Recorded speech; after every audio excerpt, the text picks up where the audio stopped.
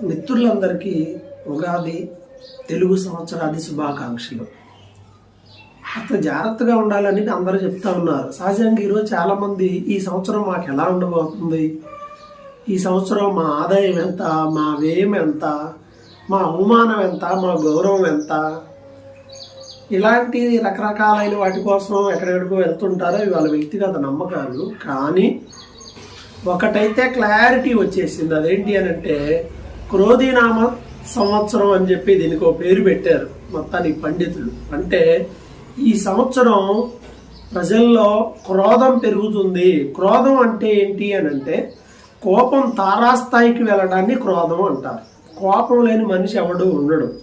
కానీ క్రోధం అంటే కోపంలో ఉన్నతమైనటువంటి స్థితి, ఉచ్చ స్థితి అంటారు దీన్ని. బాగా తీవ్రమైన కోపం అందరికి వచ్చింది కానీ అందరు ఫోన్లు పగలగొట్టరు. కోపం అందరికి వచ్చింది కానీ ఎవరు ప్లేట్లు ఇసిరేయరు. కోపం అందరికీ వచ్చింది కానీ ఏది పడితే అది ఇసిరి కింద పడేయరు అందరూ. దీన్ని క్రోధం అంటారు. కాబట్టి మనుషుల మధ్యలో క్రోధాన్ని అది కలిగిస్తుంది అని చెప్పి అంటున్నారు.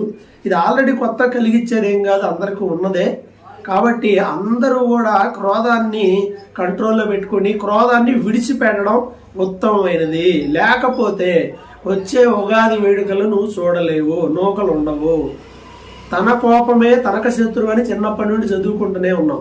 కాబట్టి కోపమే శత్రువు అయితే క్రోధం ఏమవుతుంది, కొత్త రోగాలను తీసుకొస్తుంది. ఈరోజు ఎక్కడ చూసినా బీపీలు, షుగర్లు, హార్ట్ అటాక్లు, ఈ మెంటల్ టెన్షన్ ఎక్కువైపోవడానికి కారణం ఏంటయ్యా అంటే ఈ ఆలోచన, ఈ క్రోధం అనేది అని కూడా ఒక కారణంగా చెప్పచ్చు. కాబట్టి అక్కడికి వెళ్ళాడు, నాకు ఆయన ఎట్ట చెప్పాడు, అలా చెప్పాడు, ఎవరు చెప్పే వాళ్ళు చెప్తూనే ఉంటారు. నా దగ్గరకు వస్తే నేను చెప్పేది కూడా నేను చెప్తా. అలాగా నీవు నీ వ్యక్తిత్వాన్ని డెవలప్ చేసుకోవాలి. ఎవరికి వాళ్ళు, నేనైనా మీరైనా. కాబట్టి క్రోధాన్ని విడిచిపెట్టి కూల్గా ప్రశాంతంగా ఉంటే సంవత్సరం అంతా హ్యాపీగా ఉంటుంది.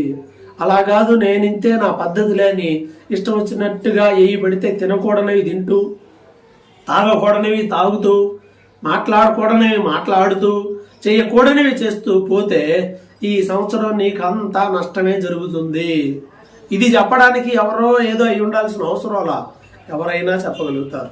కాబట్టి ఏది ఏమైనా అన్ని క్రోధాన్ని కలిగించే విడిచిపెట్టి ప్రశాంతంగా ఈ సంవత్సరం అంతా మీకు మంచి జరగాలని కోరుకుంటూ ఆర్ఎన్ తెలుగు టీవీ తరపున మీ అందరికీ ఉగాది శుభాకాంక్షలు తెలియజేస్తున్నాను.